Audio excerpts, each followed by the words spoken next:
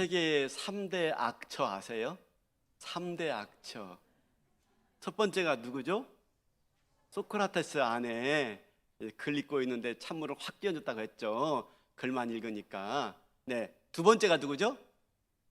모르죠. 톨스토이 안에 소피아라고 그래요. 세 번째가 누굴까요? 세 번째가 조금 엇갈리는데 세 번째 누구라고요? 예? 뭐라고요? 공자? 맹자? 글쎄. 세 번째가 누구냐면 바로 오늘 본문의 욥의 아내입니다. 욥의 아내. 맞췄으면 상 주려고 했는데. 그 이유는 뭐죠? 오늘 본문 때문에 그래요.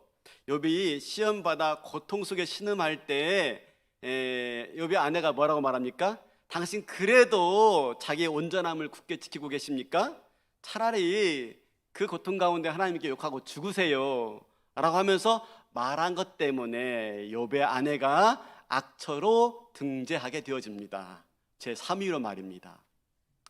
여러분, 욥의 실은 아시죠? 하루아침에 가축과 종들을 다 잃어버렸어요. 그리고 또 하루아침에 10명의 자녀도 다 잃어버리게 되었어요. 자기는요, 머리끝부터 발끝까지 악창과 종기로 온통 고통당하죠. 얼마나 힘들었으면 기와장으로 박박 긁어댔다고 하고 있겠습니까? 차라리 죽는 게 나을 정도로 고통 가운데 신음했습니다. 이런 과정에서 욥의 아내가 욥한테 한 말입니다. 그죠? 이제 견딜 수 없으니 하나님께 대해서 차라리 원망하고 죽읍시다 라고 말을 하고 있는 거죠. 사실 우리도 이런 일들을 겪는다면은 이런 말들을 할 만하죠. 이 정도로 이런 일을 겪는다면 할 만해요. 이런 말들을. 문제는요, 우리가 결혼 생활하는 가운데 이런 일들이 발생할 수가 있다 하는 겁니다. 이런 일들이. 제가 어제 조카 결혼식에 다녀왔습니다. 신부죠. 조카가 신부인데 신랑 신부가 자기들이 써온 서약서를, 혼인 서약서를 읽는 거였어요. 혼인 서약을. 근데 내용 중에 이런 한 대목이 있었습니다. 우리가 어떤 일을 만나도 함께 헤쳐나가기를 서약합니다. 뭐 이런 겁니다. 앞으로 우리가 결혼 생활 속에서 어떤 일을 만나도 함께 헤쳐나가기를 서약합니다. 제가 그 서약을 듣고 있으면서 쟤네들이 지금 결혼 생활 속에서 닥쳐올 끔찍한 폭풍이 얼마나 큰지 알고나 저러는 것일까? 생각이 들었습니다. 그 어떤 일이라는 게 얼마나 큰 폭풍이고 얼마나 견디기 힘든 일인지 정말 알고나 저렇게 말하는 것일까? 하는 생각이 들더라고요. 그러면서 신부 아버지가 축사하는 시간이었어요. 그러니까 신부 아버지니까 저의 처형의 남편, 제가 형님이라고 부르는데 처형의 남편이 축사하는데 이제 이 딸내미를 곱게 피워서 시집 보내니까 마음이 울컥했나 봐요. 축사에 있는 중간에 말을 못 잊더라고요. 아버지, 딸을 보내는 아버지 마음이 저렇구나. 조금 마음에 동감이 왔습니다. 근데 축사하는 가운데 이렇게 딸한테 하는 말이었습니다. 소연아, 조카 이름이에요. 소연아, 소연아 행복하라 해라. 소연아, 너는 무조건 행복해야 된다. 소연아, 너는 행복할 자격이 있어. 연달아서 행복을 기대하고 또 행복해야 된다고 아빠의 마음을 담아 축사를 하는 장면을 보았어요. 얼마나 그 딸이 행복하길 바랬으면 그렇게 말을 했겠어요? 그죠? 우리 모든 부모들은요, 그렇게 신랑 신부가 새롭게 가정을 이루면서 행복하길 바래요. 그렇게 결혼식을 다 치르죠. 그러지 않는 부모 없어요. 더불어서 신랑 신부뿐 그 부모뿐만 아니라 신랑 신부도 결혼하면서 행복하길 바라면서 다 결혼 생활을 시작해요. 그렇게 결혼식을 휘황찬란하게 아침 햇살보다 더 밝게 시작하는데 문제는 뭡니까? 문제는 모든 결혼 생활은 반드시 폭풍을 만나게 되어 있더라 하는 거죠. 모든 결혼 생활은 반드시 크건 작건 폭풍을 만나게 되어 있는 거예요. 신혼생활을 신나게 누리다가 어느 순간에 갑자기 닥친 폭풍 앞에서 어쩔 줄 몰라 하면서 허둥대는 모습, 바로 우리들의 모습 아니겠습니까? 어떤 폭풍입니까? 먼저 부부를 둘러싼 폭풍일 수가 있어요. 예를 들면 어떤 만성적인 질병 때문에 힘들어요. 그죠?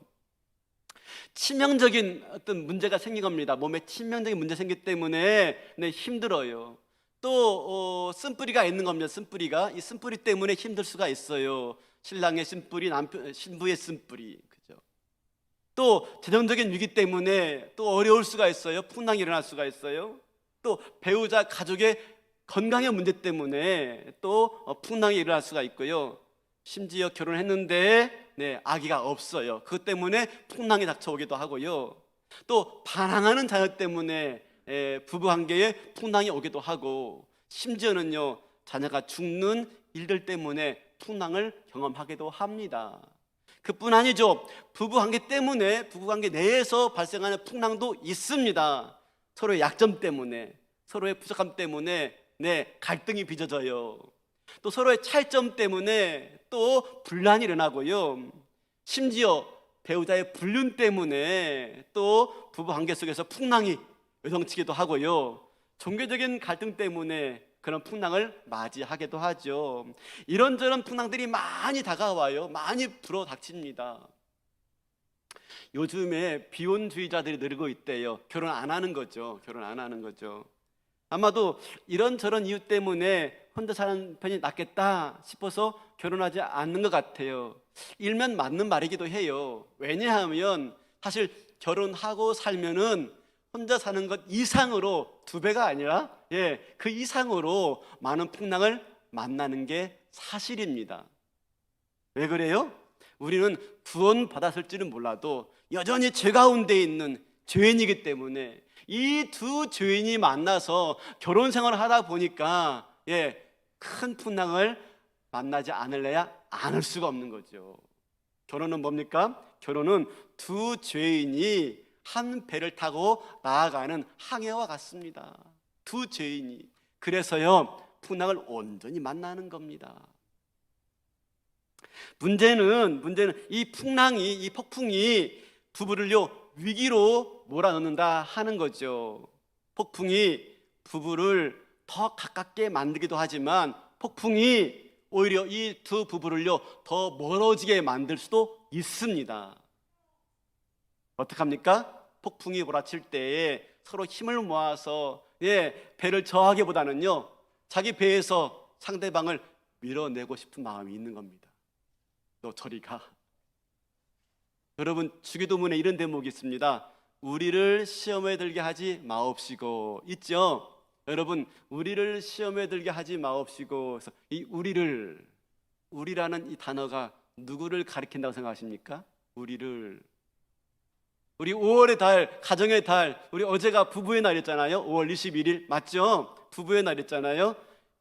오늘 여기서 이 우리를이라는 단어를 우리 부부를 의미하는 단어로 바꿔봐야 됩니다. 우리를 시험에 들게 하지 마옵시고 우리 부부를 시험에 들게 하지 마옵시고. 이 말은 무슨 말입니까? 우리 부부가 얼마든지 시험에 들 수 있는 환경이 많다 하는 것입니다. 우리 부부가 결혼 생활이나 무거운 책임감 때문에 쉽게 짜증내기도 하고요 시험에 듭니다. 사소한 일에도 자녀들 때문에 화를 내고 의견 대립되어서요 시험에 들기도 합니다. 가족 부양이라는 무거운 짐 때문에 분노하고 성급해지고 그래서 시험에 들기도 합니다. 누구의 잘못은 아니지만 은근히 상대방의 잘못이라고 떠넘기고 싶어하는 마음 때문에 시험에 들기도 하는 거죠. 부부관계가 이렇습니다. 여러분, 마침내 그래서 이 부부관계 속에서 일어나는 폭풍은요 부부관계를 파괴할 뿐만 아니라 더 나아가서 그걸 통해서 하나님과 우리와의 관계까지도 파괴되어지고 맙니다. 사단은 이걸 잘 알았어요. 그래서 오늘 욥기에 보면은 사단이 이걸 잘 알았기 때문에 하나님께 지금 그걸 요구하고 있는 것입니다. 우리 욥기 2장 4절 5절 보여주시겠습니까? 네. 사탄이 여호와께 대답하여 이르되 가죽으로 가죽을 바꾸오니 사람이 그의 모든 소유물로 자기의 생명을 바꾸올지라. 이제 주의 손을 펴서 그의 뼈와 살을 치소서. 그리하시면 틀림없이 주를 향하여 욕하지 않겠나이까. 네, 그 인생 가운데 그들 삶 가운데 폭풍을 보내면 이들이 그것 때문에 힘들어해서 마침내 하나님까지도 모르고 하나님까지도 외면하게 될 것이다 라고 말합니다. 그러면서 하나님께 욥에게 폭풍을 보낼 것을 허락받습니다. 사단이 마침내 욥에게 폭풍을 내보내는데 그 폭풍 앞에서 욥이 어떻게 반응합니까? 욥이 사단이 예상한 대로 반응하지 않아요. 1장 20절 22절입니다. 욥이 일어나 겉옷을 찢고 머리털을 밀고 땅에 엎드려 예배하며 이르되 내가 모태에서 알몸으로 나왔사온즉 또한 알몸이 그리로 돌아가올지라. 주신 이도 여호와시요 거두신 이도 여호와시오니 여호와의 이름이 찬송을 받으실지니어다 하고. 네, 하나님 원망하지 않고요, 하나님 부정하지 않고요, 주신 이도 하나님이시고 가져가신 이도 하나님입니다 하면서 하나님의 주권을 신뢰해요. 그에 비해서 욥의 아내는 어떻게 반응했을까요? 욥의 아내는 오늘 본문이에요. 그의 아내가 그에게 이르되 당신이 그래도 자기의 온전함을 굳게 지키느냐 하나님을 욕하고 죽으라. 욥의 아내는요, 사탄이 예상한 대로 폭풍을 보내자 마침내 하나님 욕하고 죽으라고 그렇게 욥에게 말을 하고 있는 것입니다. 여러분, 그렇습니다. 부부 관계 속에 폭풍을 보내면 어떤 일이 발생합니까? 부부 관계가 깨어질 수 있는 위기가 발생하고 있는 것입니다. 그러므로 우리는 두 가지 기로에 처해 있는 겁니다. 우리 인생 가운데 폭풍이 다가올 때 두 가지 방법이 있어요. 뭐예요? 그 폭풍 앞에서 서로에게 원망하고 서로에게 책임 전가하고 너 때문이야 라고 말하면서 분노하고 미워하면서 부부 속에서 부부가 서로 마음의 문을 닫고 끝내느냐, 아니면 부부가 함께 그 폭풍 앞에서 함께 하나님의 은혜를 구하면서 하나님께 나와서 하나님의 도움을 받느냐, 두 가지밖에 없는 것입니다. 대부분은요, 인생에 폭풍이 다가오면 어떡하죠? 배우자를 향해서요, 원통함과 비통함과 분노를 쏟아내죠. 너 때문이야, 너만 아니었으면, 네가 그때 그래서 이 고통 앞에서 배우자의 죄를 기억해내고요, 배우자의 죄를 떠올리기 위해서 그걸 가지고 서로 공격하는 거예요. 결과적으로 사단은 부부를 혼란케 만들어서 서로 갈라놓은 다음에 그들을 하나님께로부터 끌어내려고 고통을 이용하고 있는 겁니다. 그러니까 지금 욥은 어떤 상태에 있어요? 욥은요, 모든 걸 잃고 부부 관계까지 잃어버릴 수 있는 위기에 온 겁니다. 지금 이 순간 욥의 아내가 그렇게 말하고 있지 않습니까? 그때 욥이 어떻게 했을까요? 욥의 아내의 말에 욥이 어떻게 했을까요?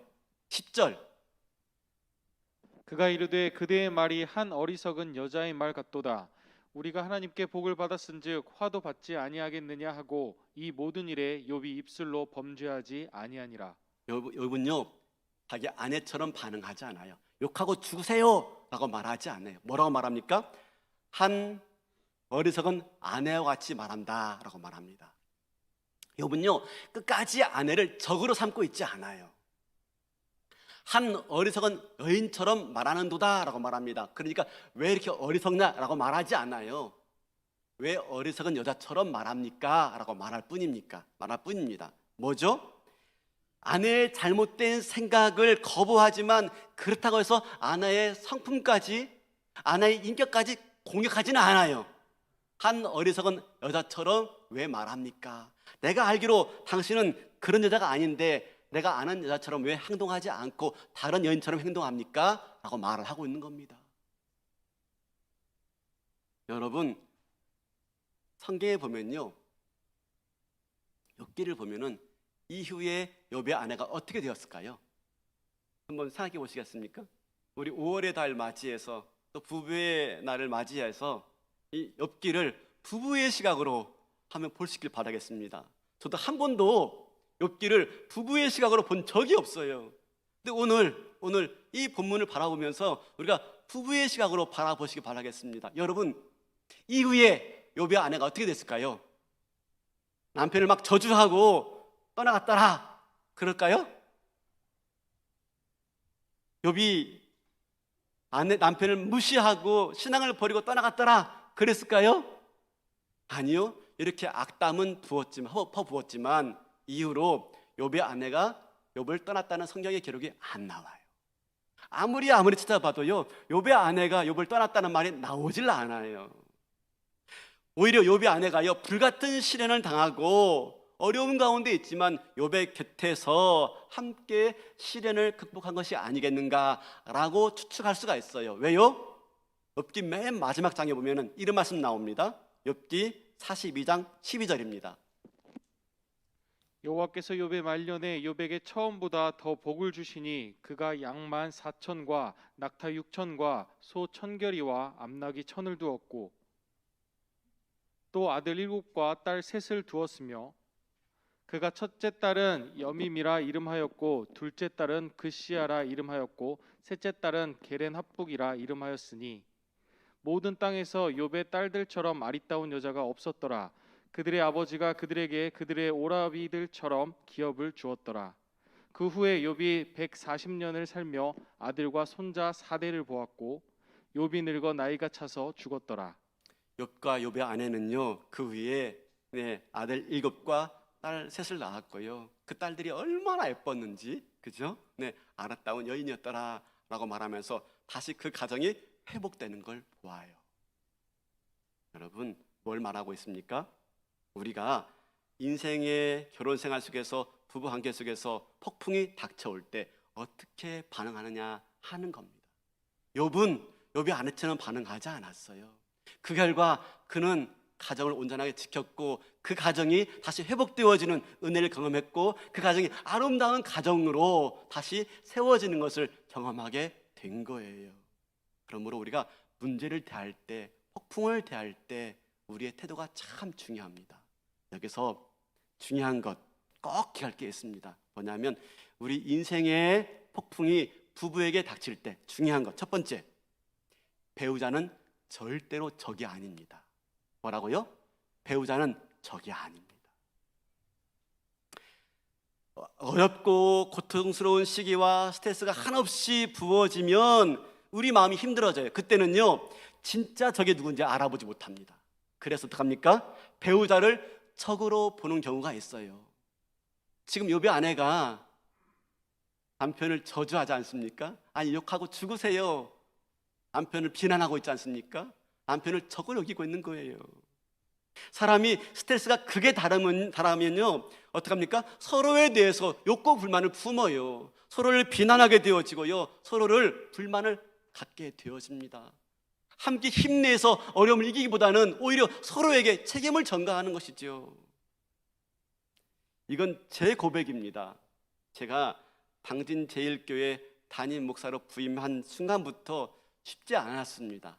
왜냐하면 교회가 건축 이후에 재정적으로 압박이 좀 많았습니다. 그뿐 아니라 개인적으로 관계적인 차원에서 굉장히 불편한 관계가 있었습니다. 참 그 관계를 해결하는 게 쉽지가 않았는데요. 그뿐 아닙니다. 노예적으로도 매우 어려운 상황이었습니다. 지금도 저희 교회가 속해 있는 노예가 어렵습니다. 근데 그때도 마찬가지였습니다. 이유는 그겁니다. 제가 당진제일교회 담임 목사로 온 게 잘못됐다는 거예요, 절차가. 그러면서 담임 목사가 아니니 다시 위임직을 해야 된다 라고 하는 거예요. 만날 때마다 그걸 시비하는데 얼마나 힘든지. 여러분 보세요. 일이 한 가지 정도면 견딜만 합니다. 근데 두 가지, 세 가지가 겹쳐오는 거예요. 폭풍이요, 하나만 오는 게 아니에요. 또 오고 또 오고 막 밀려오는 겁니다. 그럼 감당이 안 되네요, 감당이. 그러면 스트레스가 심한데요, 그 와중에 와이프가 저한테 이런저런 충고를 하는 겁니다. 사실 제가 담임 목사 몇 번 하고 오는 게 아니잖아요.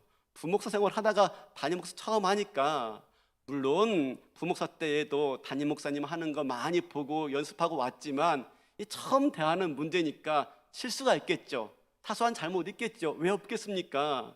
그러면 이제 아내가 그렇게 하는 게 아니라 이렇게 하는 거예요, 이렇게 하지 그랬어요 라고 말합니다. 특별하게 제 와이프는 장인어른이 목사님입니다.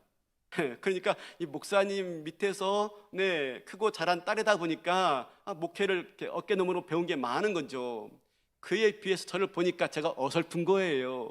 그러니까 저를 돕는다고 이런저런만 하는데 제가 지금 어떤 상태였죠? 완전 찬 상태입니다. 꽉 찬 상태예요. 꽉 찬 상태. 여러분 거기에다가 뭘 얹으면요, 넘쳐요. 그게 아무리 좋은 거라 할지라도 거기에 뭐 얹으면요 폭발하고 마는 거예요. 그래서 아내가 하는 말이 도무지 저를 위하는 말처럼 들리지 않는 겁니다. 저를 지적하는 말 같아요. 저를 책망하는 말 같아요. 저를 비난하는 말 같은 거예요. 아니, 평상시라면 그렇게 안 듣지요. 제가 지금 상당히 안 좋은 상태다 보니까 그렇게 들리는 겁니다. 그래서 그런 말 하는 아내에게 도리어 화를 내고 분노하고 미워하고 한 적이 많았습니다. 그때마다 아내가 놀라는 거죠. 아니, 당신 왜 그래? 난 당신을 위해서 하는 말인데, 내가 당신 사랑해서 하는 말인데 왜 그렇게 반응해? 하면서 아내는 어처구니 없는 표정들을 많이 지었어요. 지금은 안 그럽니다. 지금은 안 그럽니다. 지금 제가 얼마나 착한지 모릅니다. 진짜 물어보세요. 와이프 있습니다. 물어보세요. 네. 지금은요, 아내가 무슨 말 하든지 다 듣습니다. 듣고 안 하든지 제 마음이지만 제 마음이죠. 제가 아니다 게다 말하지 않고요, 화내지 않습니다. 다 듣습니다. 솔직히 틀린 말이 거의 없기 때문에 다 듣습니다. 그리고 더 중요한 건 나를 사랑해서 하는 말이다 라고 하는 확신이 있기 때문에요, 제가 들어요. 지금은 듣습니다. 사랑하는 성도 여러분, 지금 무슨 말 하는지 알겠지요?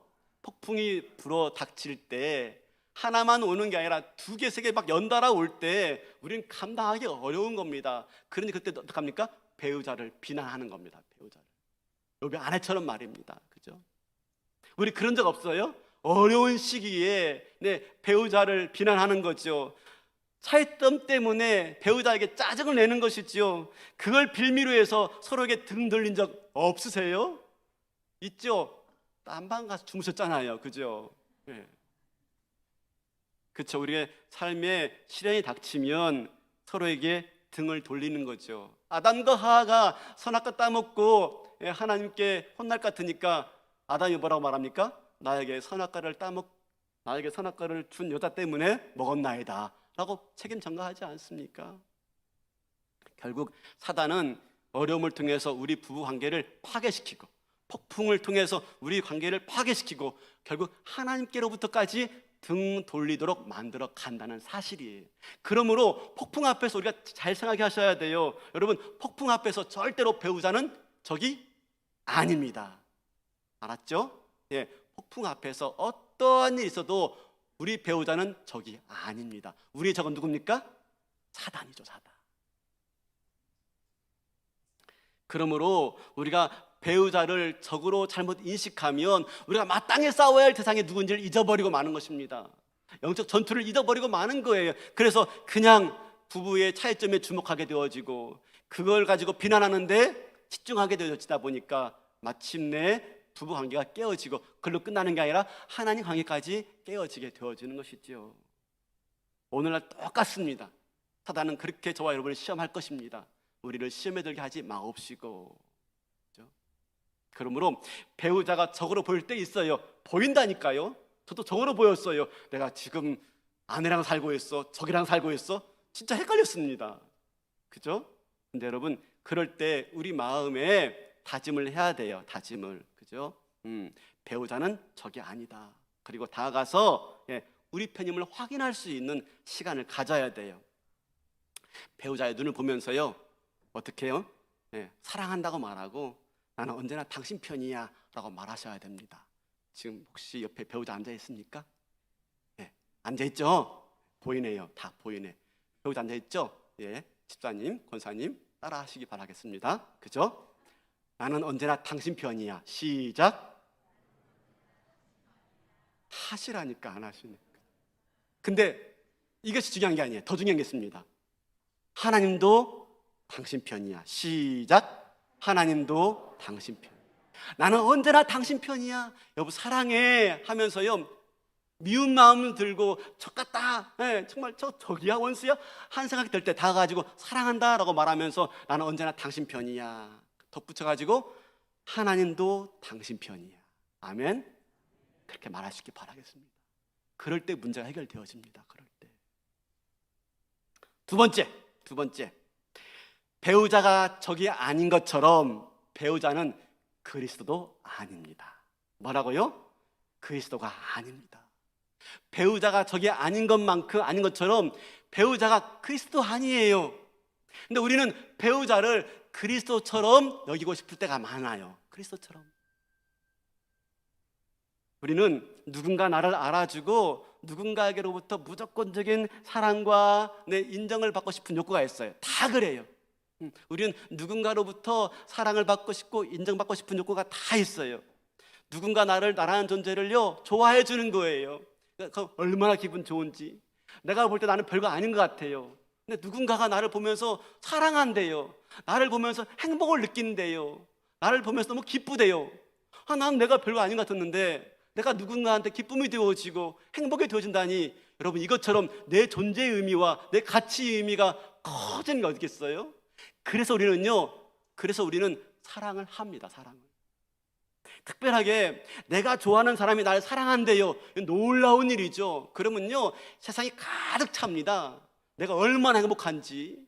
내가 볼 때 내가 별거 아닌 줄 알았는데 내가 좋아하는 사람이 나를 사랑한대요. 내가 그런 가치가 있는 존재였어? 그러면서 내가 행복해지는 거예요. 그래서 우리는 사랑하고 사랑하는 겁니다. 그리고 우리는 마침내 그런 사랑을 하다가 결혼하게 되어지는 겁니다. 결혼. 사랑을 받고 싶기 때문에 사랑하는 것이고요, 그 열망 때문에 결혼하게 되어 있는 거예요. 열망 때문에.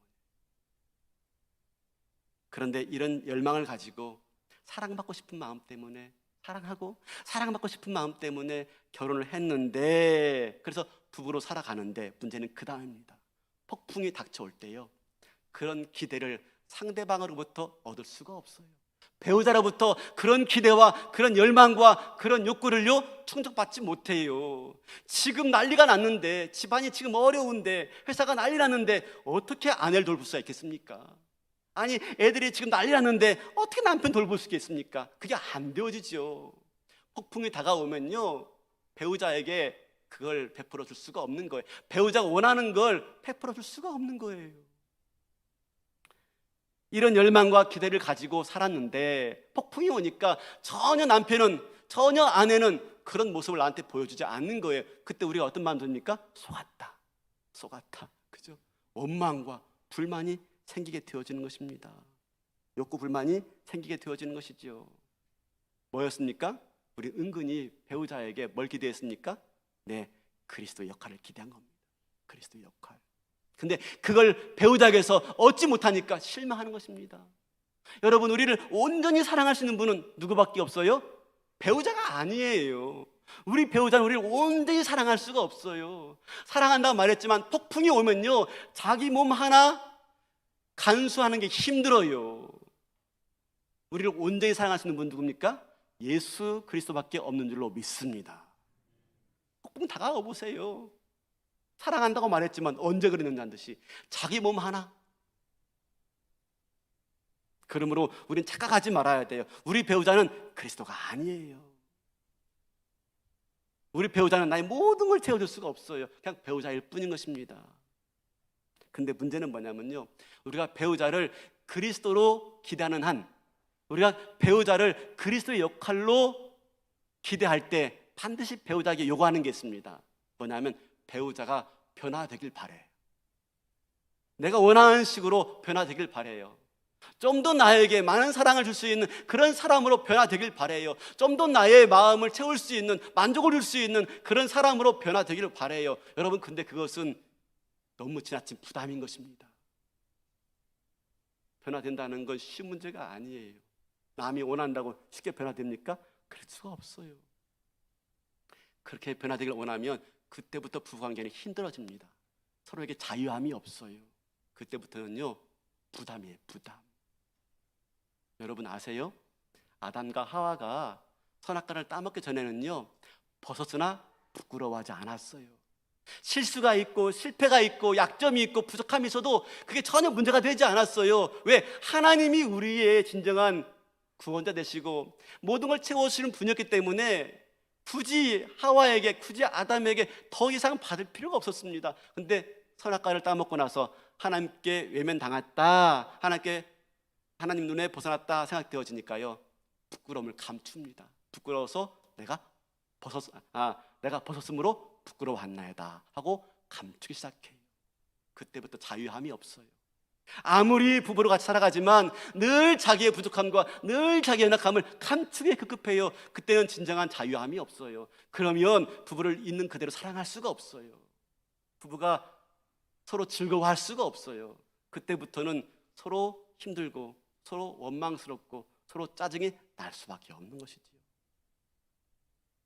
여러분, 그러므로 우리가 내 배우자를 그리스도로 기대하지 말아야 돼요. 그래서 그리스도를 기대하면서 변화시키려고 애쓰지 말아야 돼요. 변화시킬 사람은 나밖에 없어, 나밖에. 상대방을 변화시키려고 하지 말고 오히려 나를 변화시켜달라고 하나님께 기도할 수밖에 없는 것이지요. 사랑하는 성도 여러분, 분명히 기억합시다. 배우자가 나에게 필요한 유일한 사람이 아닙니다. 하나님만이 나에게 필요한 유일한 사람이에요. 그분이 나의 모든 것들을 채울 수 있고요, 내가 정말 행복한 삶을 살게 할 수 있는 유일한 분이세요. 마침내 우리가 그렇게 서로를 있는 그대로 사랑할 때 적으로 여기지 아니하고, 배우자를 적으로 여기지 아니하고, 배우자를 그리스도 여기지 않고 있는 그대로 여기면서 살아갈 때 비로소 우리가 이 폭풍을 잘 견뎌내가는데, 이걸 하나 꼭 기억하시기 바라겠습니다. 여러분, 배우자는요 적도 아니고 배우자는 그리스도도 아니지만 배우자는 누굽니까? 배우자는 함께 폭풍을 통과하는 동반자입니다. 뭐라고요? 함께 폭풍을 통과하는, 극복하는 동반자. 함께.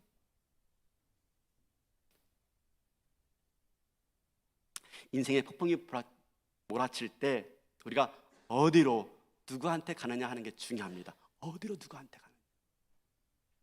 부부가 함께, 그렇죠? 함께 그리스도에게로, 말씀 앞으로 나아가는 거예요. 부부관계라는 배를 타고요 폭풍 앞에서 하나님 향해 나아가는 거예요. 그럴 때 하나님께서 그 부부에게 채우시고 그 부부를 온전케 하시고 그 부부에게 힘을 주셔서 마침내 폭풍을 통과하여서 이 부부가 가야 될 아름다운 땅까지 가게 되어주는 것이지요. 욥은 비난하지 않았어요. 그래서 마침내 그 욥은 함께, 욥의 아내도 끝까지 도망가지 않았어요. 끝까지 그 힘든 시간을 같이 견뎠어요. 함께. 마침내 그래서 고난의 시간 다 끝났을 때 그들은 정금같이 나오는 아름다운 가정을 회복한 줄로 믿습니다. 다시 한번 말씀드리겠습니다.